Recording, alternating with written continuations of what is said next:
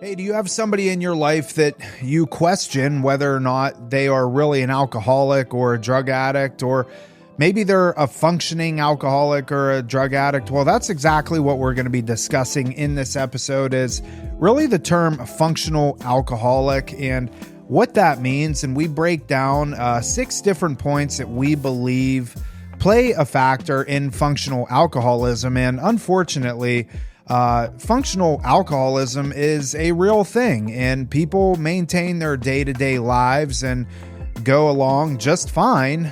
Meanwhile, being an alcoholic on the inside, emotionally, mentally, and spiritually bankrupt and torn apart. So that's what we're diving into in this episode. If you have any questions, you can reach us, info@realrecoverytalk.com. Enjoy the show.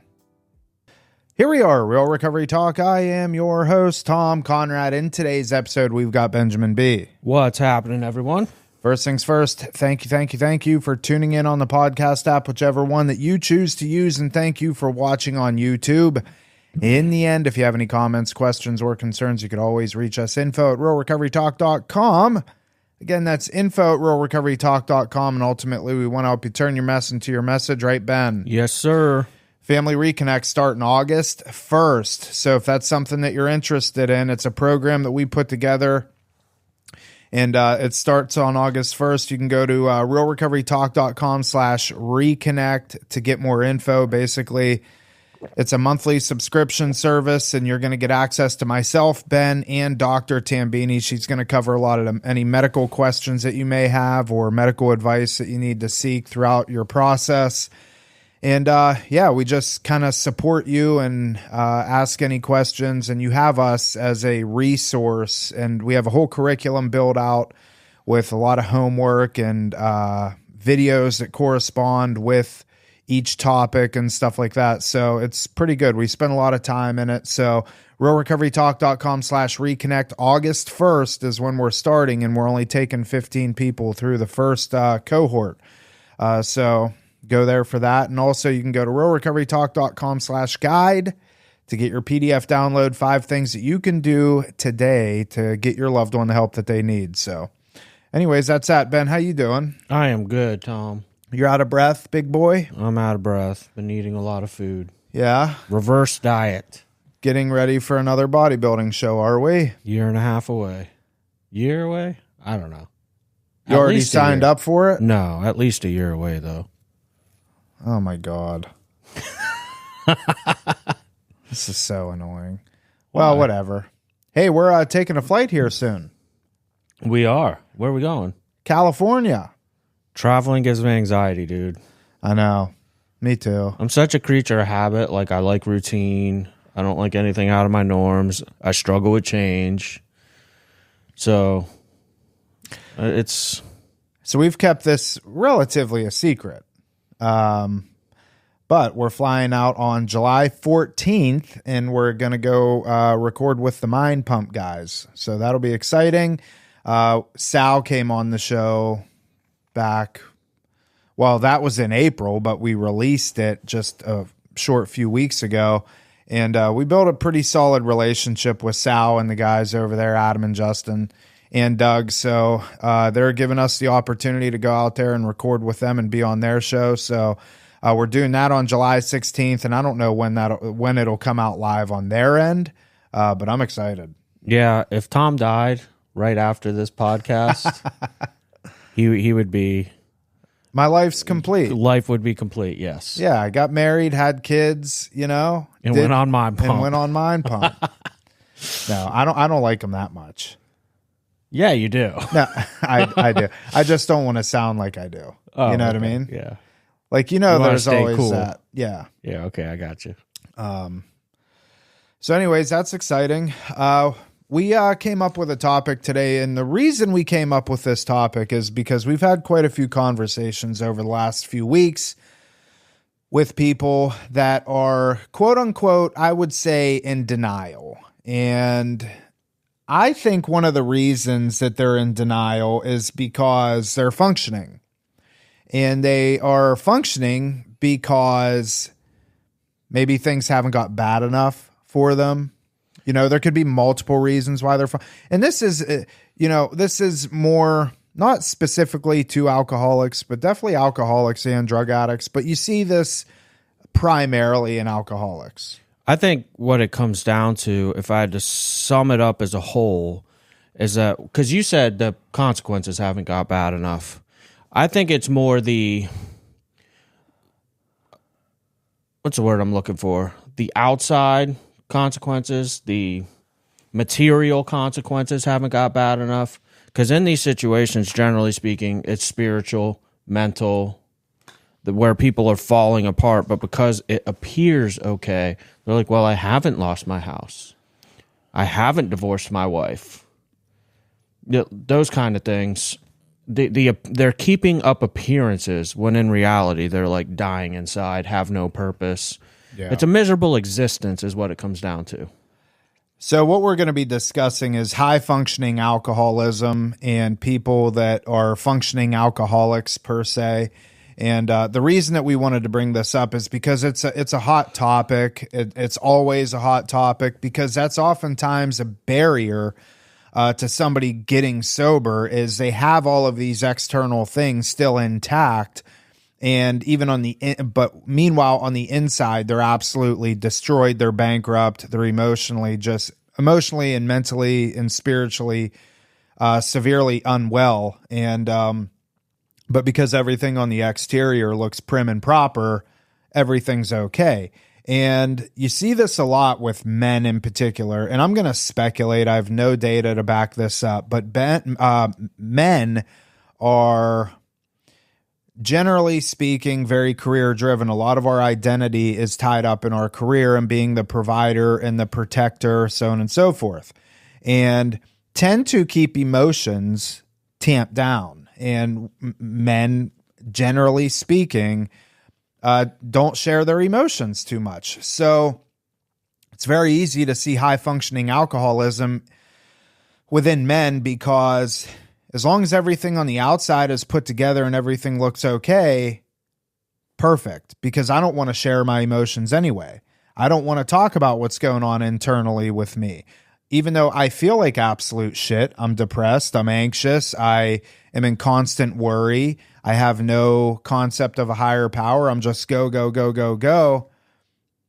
I don't want to share any of that because that's just what men do. We don't talk about this stuff. And then what that ends up doing is, really inviting this idea of functional alcoholism, and it kills people. It kills people on a physical level, but also their relationships become destroyed because of it.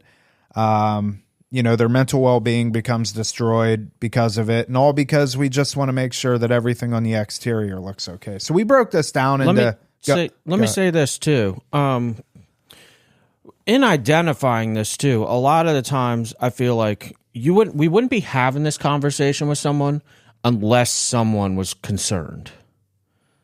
You see what I'm saying? No, like someone, not really. someone has to like bring this up to them, where they're like, the alcoholic's like, I'm fine, but there's got to be someone on the outside that's picking up on like, this is not okay. You know what I'm saying? Like they can see, someone close to them can see that they're not at their potential mentally, spiritually, with purpose, etc. Yeah, I think so. Most of the time, but there are people out there that don't literally have no friends or family. That's true. And here's the other part that I wanted to bring up too, real quick, is that a lot of times folks, because we see this, Tom, they consider themselves functioning and that this is working. And you mentioned the physical side of it. It may be working. Maybe you're 40 years old and you are a successful businessman with a major drinking problem. But all of a sudden, what you don't realize, all of a sudden you hit 50 and boom, the health consequences hit you and there's no reversing it. So like you never know when that day is going to come, when that alcoholism and you end up hospitalized. You're like, this is working, it's manageable. And then you have a life-changing event physically.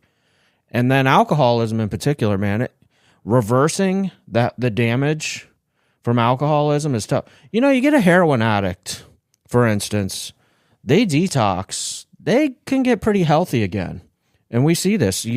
Alcoholics that have been drinking a lifetime, they destroy their liver, they destroy their heart, they destroy their digestive system, and it's reversing back from that. We watch them, alcoholics in particular, pay long-term health consequences. I've seen people that have gotten sober.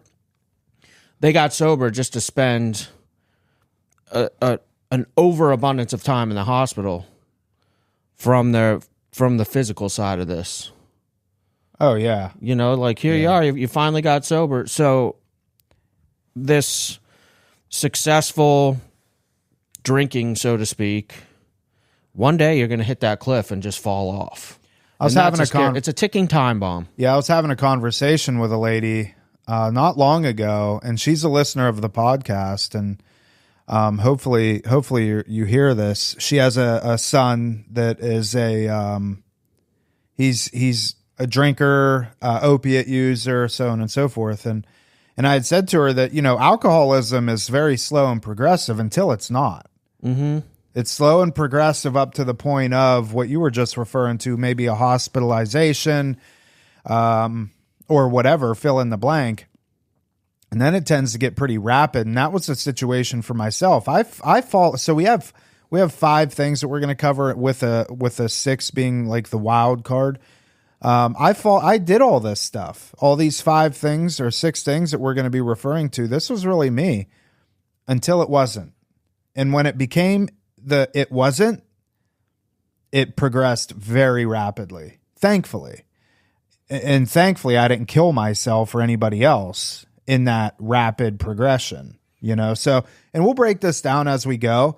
But we're just going to take them one by one, spend a few minutes on each one. And then hopefully at the end, you know, you have some clarity around the whole functioning alcoholic phrase. Number 1 is successful professional life. Oftentimes people, again, what I was just talking about, men in particular, a lot of our identity is wrapped up in our careers, and women too. This isn't just about men. This is also talking to women too. And we have a dear friend of ours that she's probably now 5 years sober. I'm not going to say her name, but she would fall under all this stuff too. Oh, 100%. Yeah. I know who you're talking about. Yeah. You know, successful professional life. You know, hey, I'm making money. I'm able to go to work every single day. I'm able to do my job well. My employees or my employer really loves me. I'm constantly moving up the corporate ladder. I'm producing. My wages are increasing, you know, quarter after quarter, year after year, whatever the case is. I don't miss work. Yada, yada, yada.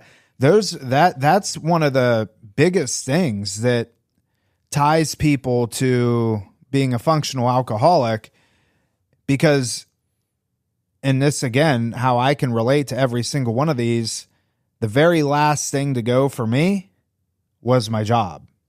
When my job left, that's when I was kind of forced to get help, you know, because I no longer had any income to support my addiction. My dad basically told me, I don't give a shit where you go. You just ain't staying here. And fortunately enough, I got you into a treatment center, and 3 hours later I was on a plane. But it took my job firing me, and they fired me. They said, you're done. Like, you're too much of a liability. Knowing what I know now, had I gone to them and said, hey, I need to go and get some help, they wouldn't have been able to fire me. But you know, I wrapped cars around telephone poles. I was driving I mean, the stories for days. But successful professional life is definitely a big part of this. Ben, what do you got? I would say, too, that these are the hardest people to reach when they also finally ask for help, because they measure who they are based off of their professional life, based off of their monetary value. And I can speak for myself. I'm just like you. Contrary to maybe popular belief, I don't know if it is popular belief or not, but my perception is that most people would look at alcoholics and drug addicts and be like, oh, they're lazy. They just sit around, drink, and do drugs all day. We are actually some of the most resourceful, hardworking people you will ever come across. Yeah. Because think about it. That translates to, I could tell you, even your homeless drug addict, unless you've experienced that, coming to work is easier. I can tell you right now, it takes less effort than being on the side of the road, sunburnt, panhandling. It starts raining, you're wet. You know, like, dude, that is, how am I going to get $10 for my next fix without a job? The amount of effort that goes into that is wild. So just because you have this successful professional life doesn't mean that you have attributes that other low bottom, quote unquote, low bottom alcoholics and drug addicts don't have. You don't have anything more than they have. Yeah. As far as willpower, etc. Like, it's just different circumstances. It's different jobs, you know? So I'll relate this. Just like you, I always had jobs. Always. I would be in the worst part of my heroin addiction, and I would have jobs. I'd be showing up to work, and it was actually, honestly, easier for me. I had my friends that, like, didn't work as hard professionally as I did in active addiction, and I could tell they were always looking at me like, man, how are you getting money for drugs? I'm like, I always was able to buy more than them. I was able to buy it every day. But it was the fact that, because I was a bartender and personal trainer, I actually did both, just to throw it out there. At the height, probably at the time that I was consuming the most, both methadone, heroin, and meth in my life, the amounts, I was opening up Gold's Gym at 5 a.m. in the morning, working the front desk. I think I was scheduled to work the front desk until 9 or 10. And then I switched roles at the gym and personal train people from 10 to 3. And then I would do my bartending shift from 4 to close a lot of the times. Like, and operating off of 4, 5, 6 hours of sleep, do it all over. It actually, while you could call that a successful professional life, I was making 6 figures between both jobs. Had nothing to show for it because it was all going in my arm other than paying my rent, my car payment, and stuff like that. But I wasn't able to save any money. Point is, though, is on the outside, people are like, oh, Ben's working. He's a personal trainer. He's a bartender. He's a hard worker. It was actually making it worse. I was actually able to do more drugs than my friends that didn't have that professional drive. Yeah. I mean, very well put. It's a tough spot that people are in, and we often say you have 2 full-time jobs. Yeah, your full-time job, which is to make your money, and then your other full-time job is to just not be sick or to maintain your addiction. And it legit is like having 2 full-time jobs. Let's touch on this real quick too. Successful professional life, because I hear this from professionals also. There are some jobs out there, professions, where drinking is part of the culture. Oh, yeah. You know, so... That's a good point. Like, what would be a good one? I think sales. Attorneys. A lot of medical sales, any sort of pharmaceutical sales, a lot of sales jobs that involve, wining and dining people, taking people out for dinners and stuff. I have a good friend of mine. He's in medical sales, and he's not one of us. He's a normie. But part of his job is to go out and take doctors out to dinners and do all the things and, buy bottles of wine and food and stuff like that. Yeah. Bartending, I mean, my gosh, you were a bartender. I'm sure you weren't back there. Oh, dude, by the end of every shift, could barely clean the bar up. Yeah. I'm surprised I wasn't getting fired clocking out like every single night. Like, dude, you had to have been drinking and partying your entire shift. I'm like, well, hey, do a shot with customers. Yeah, dude, it worked. It fit the mold. Yeah. Nobody complained because the customers were happy. Oh, man, this guy, Ben, he's the best bartender. He's doing shots with us. Because the customers want somebody to party with, and they're telling the manager how great it is. And at the end of the day, was it really for me? I bartended a little bit at the bar that I drank at, Tony's Lounge, and it was strictly beer and whiskey. We didn't do any of the foo-foo drinks or nothing like that. So, the extent of my bartending was basically pouring draft beers and giving people beers and shots and stuff like that. But same thing. I mean, it was, and I didn't get paid to do it.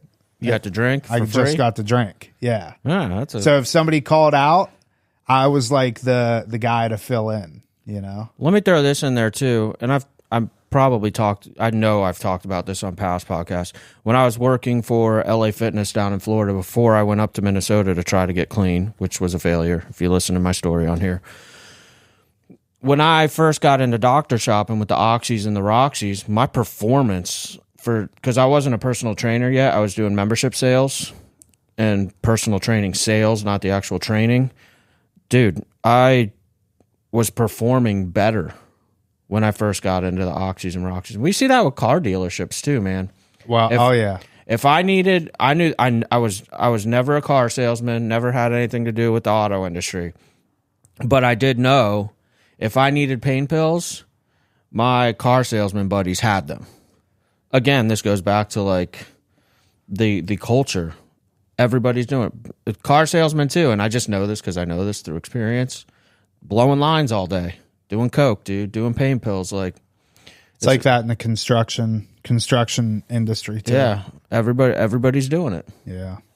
All right, let's move on to number 2. Number 2 is going to be denial and justification, and this can play off of number 1 because if you have a successful professional life, it fuels the level of denial and justification. It's really hard to justify me being an alcoholic if I'm going and making all the money and doing all the things, and the level of denial can run pretty deep because of that primarily. But there's other factors that can play into that too, that maybe my wife or my husband or whoever's closest to me, maybe they partake in this too. You know, hey, how are you going to call me an alcoholic when we go out drinking together? You know what I mean? Yeah. Like depending on who it is that we surround ourselves with. I've referenced this in the past. I justified my drinking in a way that like I didn't drink as much as the people I surrounded myself with. So it's like when I get as bad as that person, then I got a problem. Well, I would get as bad as that person and then just find somebody else who was worse. And then I just kept on moving the goalpost.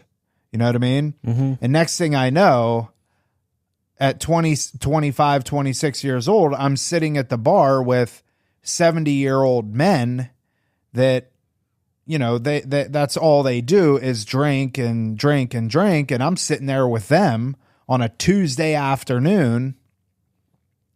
And I became that person because I kept moving the goalpost. I kept justifying in my head, well, hey, I wasn't as bad as, you know, that guy, or I wasn't as bad as that guy. And once I get that bad, then I'll make a change. And man, I'll tell you what, that in and of itself made me stay on that path for a long time.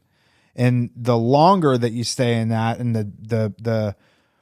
the stronger the denial and the justification becomes, the harder it is to get out, you know?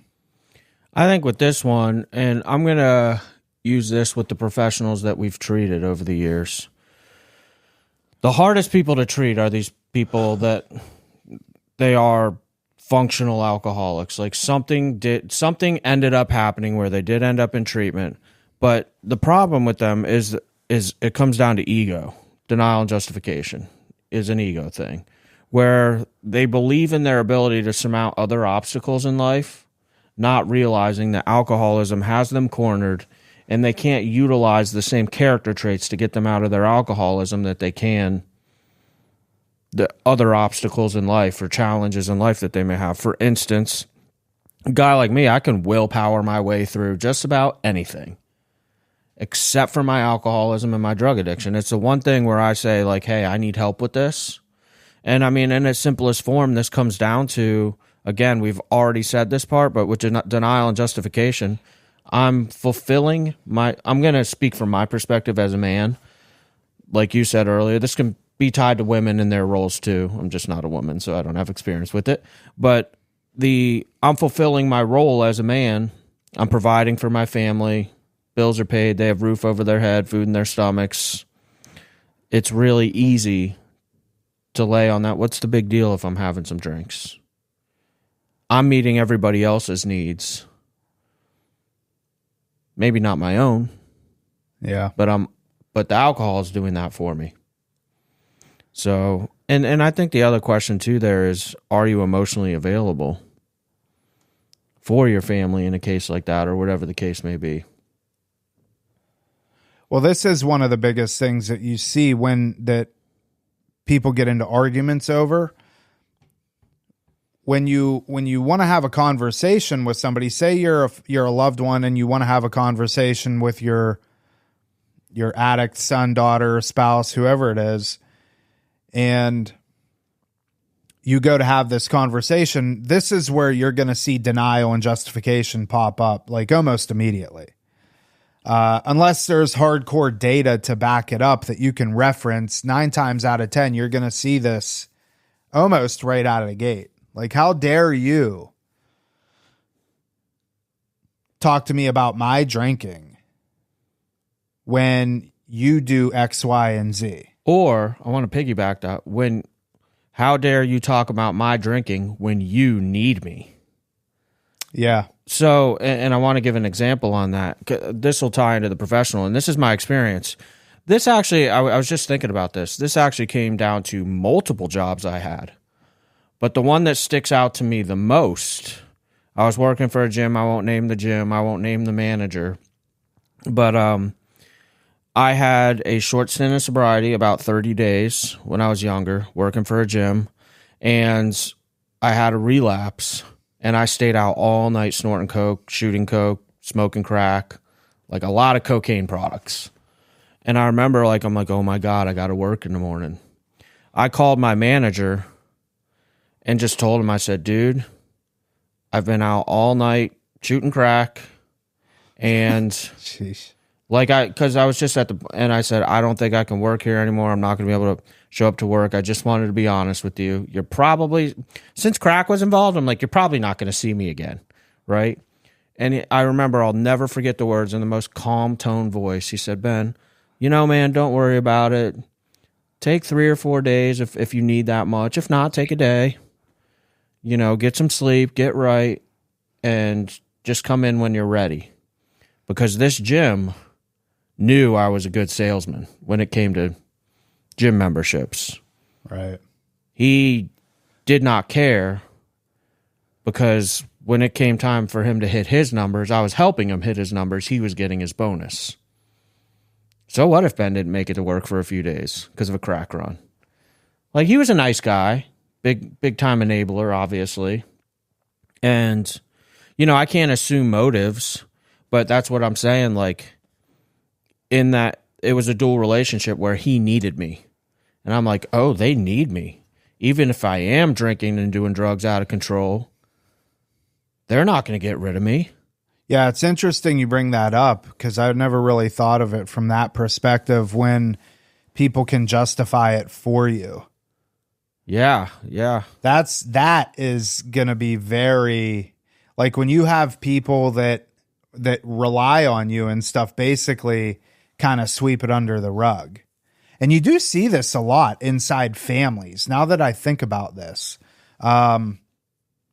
oftentimes families are so dysfunctional that they will say, oh, it's not really that bad. I've seen situations where somebody wants to get clean and sober because they may feel mentally, emotionally, physically, spiritually bankrupt, torn apart, just terrible. But their family talks them out of it because they don't think that it's that bad. I just recently, we'll say in the last few months, did an intervention with the family where the husband was the breadwinner, making the money. The wife was a stay-at-home, and very nice lady, very good wife, very loyal. They've been together over 3 decades of marriage. They're that couple that's inseparable you could just tell. They're going to be together holding hands till they're 110 years old, right? But in getting the husband into treatment, which was the rest of the family's idea and not the wife's, she was furious with me. Yeah. Like, hey, you went behind my back and got him into treatment, but she's protecting her well-being too.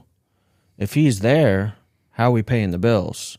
So family dynamics play a big deal in this. And the part to that too, though, I want to say is like the husband wanted to stop. I mean, he told me flat out, he's like, I've been doing this for a decade. I need this to stop. And wife is, I imagine, obviously I wouldn't have been there for the conversations, but I have pretty good intuition that the wife was like, oh, are you sure you just can't do this on your own?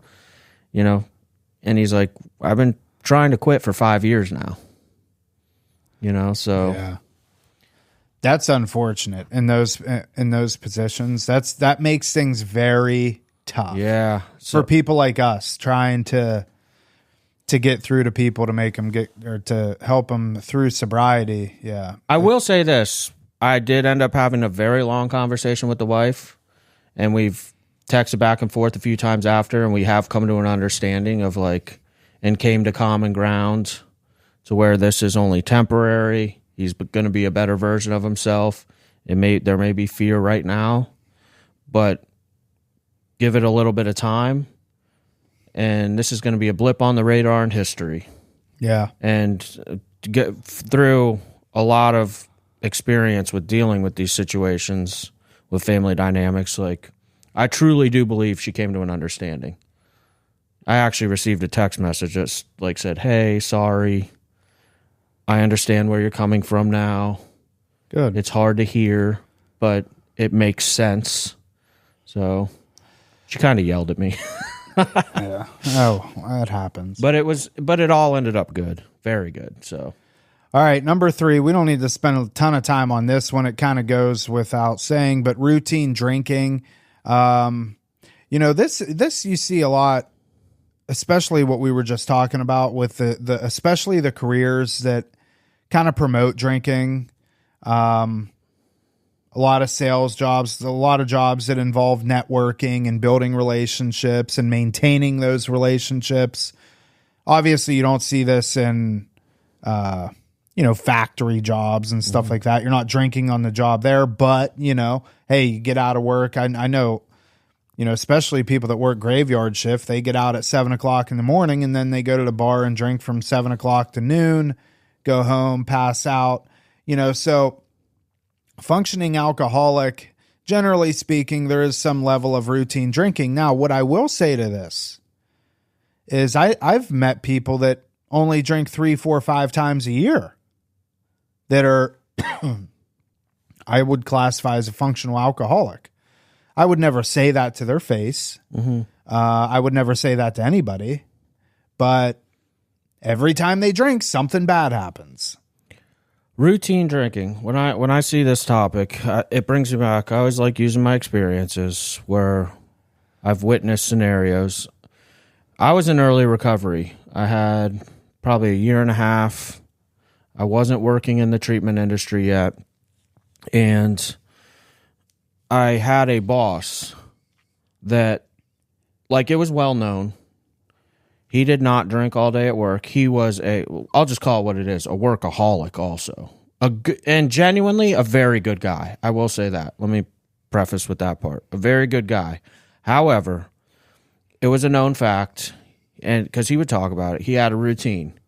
As soon as he got home from work, he would get in his pool and drink a 12-pack every night. There was always, his wife always had a 12-pack waiting for him. Same kind of beer every time. Get in the pool, drink his 12-pack 7 days a week. Well, on the weekend, I don't know what he did, but work days. Actually, 6 days because he was a workaholic. He actually worked 6 days a week. But the thing is like, to him, he'd be in bed by a certain time, not too late, because when that 12-pack was gone, it was gone. But he would come in every morning not looking healthy, somewhat hungover, a dry drunk all day, until, like, several hours went by, maybe after lunch, like he would start to chipper up a little bit. But he was very, very hard to be around. No one wanted anything to do with him before lunch. Because he's, so in his mind, he's not an alcoholic because of his routine. I drink 12 beers every night. Same thing. I get in my pool. I don't go to the bar. I do it at home. But it affects other people, and do you really want to be that miserable every morning that you wake up? Routine doesn't make it enjoyable necessarily either. Yeah. Well, I referenced the lady, and I won't use her name, but if we just leveled out, if we just identified alcoholism by the amount of alcohol that you consumed, she wouldn't classify as an alcoholic. This was a lady that had a few martinis every day. Mm-hmm. That's it. I mean, a few martinis every day in the grand scheme of things, or a few glasses of wine. If, again, all things created equal, all we're looking at is the amount of alcohol that you consume. I woke up in the morning probably with a higher blood alcohol level. You know what I'm saying? Well, martinis, to be fair, are straight liquor. Okay, maybe it wasn't martinis. I don't know what it was, but it was a few drinks, But using even that guy as a reference, dude, honestly, if 12 beers a night for me was normal. That was just really to be okay. And then the next 12, okay, now we're talking. You know what I'm saying? So yeah. I guess the point I'm trying to make is that it's not so much the amount of alcohol. Obviously, that does play a huge effect, but it has so much more. There's so many more factors that play into it that, again, it's really what's the saying? This is the only disease that tells us we don't have one that has to be self-diagnosed. Yeah. 12 beers is 12 beers. I know people that drink 6 to 12 beers a day, and I don't know, are they alcoholic? I have no idea. I wouldn't say yes or no. It's really up to them. I would ask 100 other questions really to determine if they're an alcoholic, and realistically, I would probably spend the least amount of time on the amount that you're consuming, and I would spend a lot more time on all the other surrounding areas. How's your relationships? How's your job? How's your, stuff like that, And what happens if your routine gets interrupted? For instance, since I referenced the guy that would get in the pool and drink the 12-pack every day, I imagine, and I did know his family well, so I picked up on this. I'm probably 100% correct on this, to be straight up. When it comes time for him to get in the pool and have his 12-pack, what if there's some other family event going on that he needs to be available for or should be participating in as a family man? They're like, oh, we can't interrupt his routine there. It makes for a very unpleasant atmosphere. Well, and that would go back to the point that I was just making. Now it's starting to trickle into other things. Mm-hmm. Because as alcoholism progresses, we start to not partake in other events or stuff like that, because alcohol now becomes more of a priority than spending time with our family, stuff like that. I mean, I wouldn't go to, there was a couple buddies of mine, one in particular, he got married and it was a dry wedding, and I went to the wedding, but literally long enough to just go to and say that I was there, because I didn't want to be there. There wasn't booze. This was a good friend of mine, but because he didn't have alcohol there, I wasn't going to stay.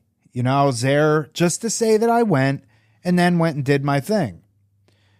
I golfed for a long time. I played in a golf league, and towards the end of my drinking, and we were big drinkers in the golf league. we would go and drink while we were playing golf. And then when we were done, we would go like they had like a clubhouse pavilion type thing. We'd play cards and drink there. And I did that for many, many, many years until I didn't, because nobody there could drink as much as me. And people were looking at the amount of alcohol that I was consuming and drawing attention to it. So I stopped partaking in the golf league every Wednesday night at Mohawk Trails. Like it was the thing that we did. Mohawk Trails. And that's when I started going to the bar, where I knew I wouldn't be criticized for my drinking because everybody else there drank as much as I did. Y'all picturing this? Tony's Lounge, Mohawk Trails. Yep. Newcastle, Pennsylvania. All right, let's move on to the fourth one, which is minimal legal issues. This one's interesting, and because I've often said that, you know, it took for me, fortunately, I got a DUI, but the DUI didn't get me sober. It kind of started the process, but it was definitely a big factor in me getting sober. You know, so when people do encounter legal issues, it kind of moves the cart a little bit faster. But and I went years and years and years drinking and driving and never got popped again until I didn't. Bro, I'm sad to admit this on air, but dude, I drove blackout drunk through Palm Beach County for years. Yeah. I never got a designated driver. I never had legal. I don't know how I got away with it. I mean, there was times. I remember there was one time in particular, I pulled out of a bar. It was the bar that I worked at, and I was there on my day off drinking. It was about 5:00, rush hour traffic, right at PGA and military actually. And dude, I puked at the light all over myself at the red light right there, and just kept driving, bro. Like, ugh. But anyway, I bring that up, and this ties back to routine that we just covered. A lot of the times, people with minimal legal issues have a routine that keeps them from getting legal issues too. So, for instance, I keep bringing up the guy in the pool. He ain't getting a DUI. The cops ain't coming to the house. You know what I'm saying? Like, sometimes people have established a drinking pattern that doesn't put them at risk for legal issues, so to speak. Yeah, now with Uber and Lyft and stuff like that, I mean... Yeah. Minimal legal issues. Yeah, dude. Sometimes it's better when people get hemmed up. It just is, you know? I mean... When we see people that skate the legal system for so long, it's one of the last things that really you have to kind of latch on to. Yeah. You know, like, hey, hopefully this person does get picked up for a DUI because maybe it'll wake them up, you know, or hopefully this person does get charged with possession, you know, and has to spend a year in jail. You know, we don't want those things, but a lot of times that's what it has to happen. Yeah, dude, I just talked about how I was driving blackout drunk around Palm Beach County for years, but when I went to Minnesota, within like 2 or 3 months of being up there, I had a DUI. And I will say that the legal issues at the time did slow me down. They didn't stop me. I was right at the end of probation and failed a drug test and had to start probation over. But like, it definitely slowed me down a little bit for a little while.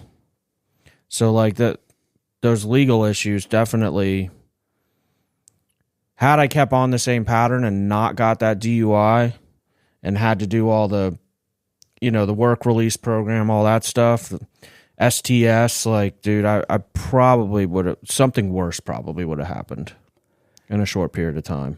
Yeah, when I got my DUI, one of the kids that I went to high school with actually was the police officer that was there. Yeah, I remember you telling me this story. And I ended up sending him a thank you letter for taking part in my recovery. Really? Yeah. You never told me that part. Yeah, I sent him a letter. Yep, sure did. Thanked him. Thanks for being such an asshole. No, I did send him a letter though, and because he played a pivotal part in me getting sober. And he was cool about it. I remember it all. Anyways, let's move on. Number 5, maintained relationships. This is again something that we kind of covered a little bit throughout the other ones, but if the people that are closest to you either partake in the drinking or they want to just turn a blind eye to it for the sake of maybe not drawing attention to the family, you know what I mean? Those sorts of things like, hey, this isn't that bad. That's terrible. That's a terrible thing.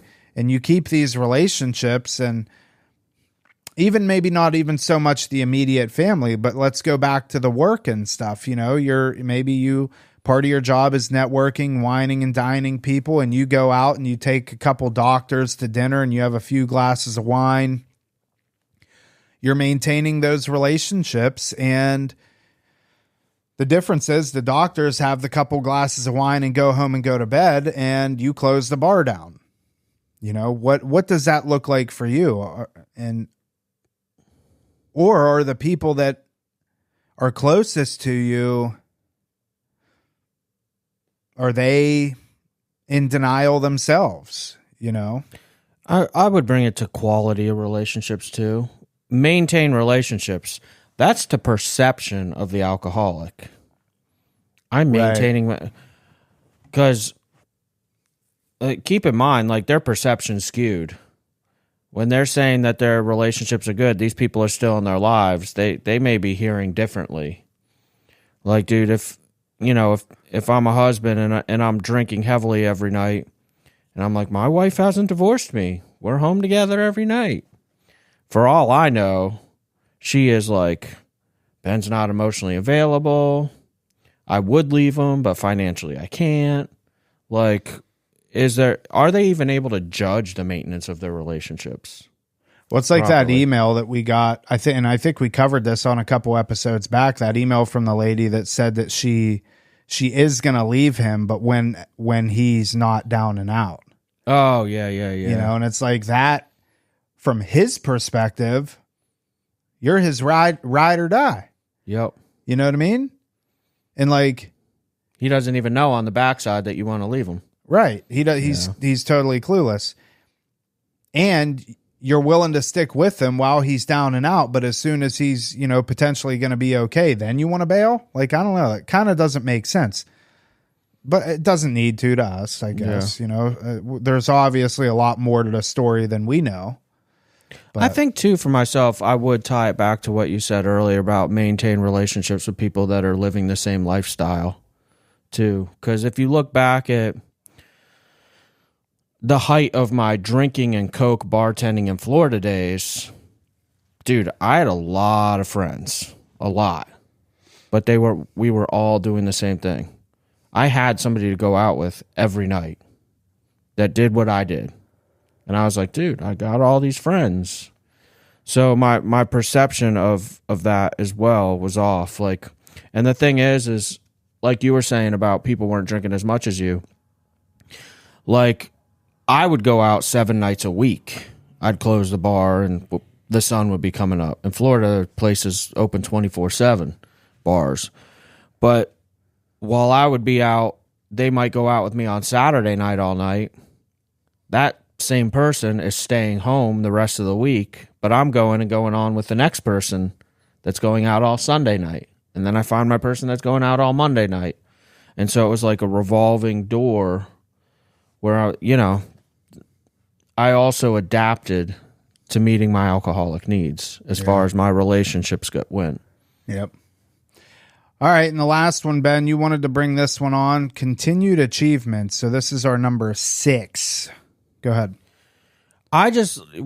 We were about to stop at 5. The maintain relationships was going to be the last one. But then when I saw continued achievements, I was like, thinking of my own personal experience, I achieved a lot in active addiction. I did. You look at it. Through active addiction, I graduated high school. I wanted to kill myself, but I graduated high school. Getting my associate's degree, because I went to college right after high school, which God knows how. Like I used to walk in just still hammered drunk, high on blow, smoked a blunt on the way in to class at 8 a.m. I figured if I did 8 a.m. classes, like I would go to bed early, but instead I just stayed up all night and went in by default. But I got my associate's degree, even though I was taking trips to the psych ward and detox. Like literally, it would be a semester of school and I'd be in the psych ward and then just go back to class like nothing. Like, so I am achieving things. In the height of my heroin addiction, I got my personal training certification. Like, so again, on the outside, I'm achieving things. It's not like in these cases, you could say like I appeared as a functional heroin user. Yeah. To many people. It was chaotic. It was miserable. I wanted to off myself.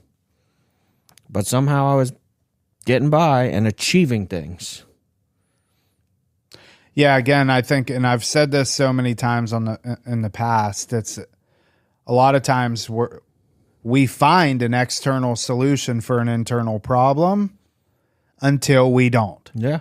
You know, these achievements, these accolades, the amount of money that we're making, those things, hopefully, at some point, they don't matter. And I say hopefully because something has to get us to come to the realization that we are destroying our lives in every aspect, and the money and the accolades and all that stuff doesn't really matter if we don't have proper relationships and, you know, healthy emotional, you know, well-being and stuff like that. I mean, it's unfortunate that, you know, sometimes these achievements and stuff like that kind of kick the can down the road. I like that you use the word accolades too, because there was in the gym profession for me, there was a few times where there was an accolade that I got that kept me in the game, big time. One in particular, I was working for one gym, and at the time, I don't know what it is now, but I broke the record for number of what they call full pops in a month, where it was the top tier membership, the most expensive one. I broke the record in the region. I don't know about the whole U.S., but the region, Southeast region, for the highest tier memberships in a month. And I was like, oh man, again, going back to they need me. That was a big achievement. Like I got accolades for that. And that just further fueled like, this is okay. The other one too, I was working for another gym, and this one was in Minnesota. I remember like I worked at a gym that like had within their operation, they had 8 locations statewide. The one I was at was one of the lowest producing ones just because of the area that it was in. The quality of the gym itself was lower quality than these other ones that were like in Minneapolis, like the nicer areas. But I remember the president of the company calling me one day, just out of the blue. Here's little old Ben, personal trainer at our lowest producing gym that there is. Called me up. He's like, dude, you just sold the most expensive personal training package we've ever seen sold at one time. Like, how'd you do that? You know, like, and a lot of cocaine. Yeah, I was like, oh, dude, the president of the company just literally called me on my personal number to be like, you should be doing more for the company. Like, let's get you to a gym that's actually, would you go to a different gym, one of our bigger gyms? You would clearly do very well there. You know, so I'm like, oh, man, they're recognizing me, you know. Right. So these accolades, these achievements. Meanwhile, you were destroyed. Oh, bro. So, and this is not an exaggeration, I would say a month after that phone call, I owe this guy an amends if I can ever get a hold of him. I actually called him and threatened to beat his ass and told him I'll never forget it. I said to him, you wouldn't know professionalism if it kicked you in the ass. I'll never forget. I don't remember the context of why I said that or anything. He probably called me unprofessional or something because I'm sure something happened with my drug addiction. But I was actually run out of that gym and the police were called and I had to leave. Oh my gosh. Yeah, dude. So, and that was within a month's time. I had that accolade from him to next thing you know, the police are being called out of me to leave my place of work. Wow. I never heard that story. No, I didn't tell you that one. Nope. I actually made it out of the gym before the police got there, and they pulled me over down the road and said, what the hell happened to this place? Dude, and I was so lucky, too. My car insurance had expired by like 2 days, and the cop actually let me go. I'm like, whew, just slid out of that one. There you go. Minimal legal issues. Oh, yeah, that's another one. That would have put a hindrance on it right there. Yeah. All right. Well, that was fun. Anything else? That was an hour. That was good. No, that was an interesting one. I started really thinking about my life and the things we go through, man. Yeah. All right. That is it for this episode of Real Recovery Talk. Thank you for tuning in. In the end, if you have any comments, questions, or concerns, you could always reach us, info@realrecoverytalk.com. Again, that's info@realrecoverytalk.com. Ultimately, we want to help you turn your mess into your message. And remember, August 1st is when we're launching Family Reconnect program. Again, that's August 1st, and you can go to realrecoverytalk.com/reconnect to get more information on that. That is it. We will see y'all later.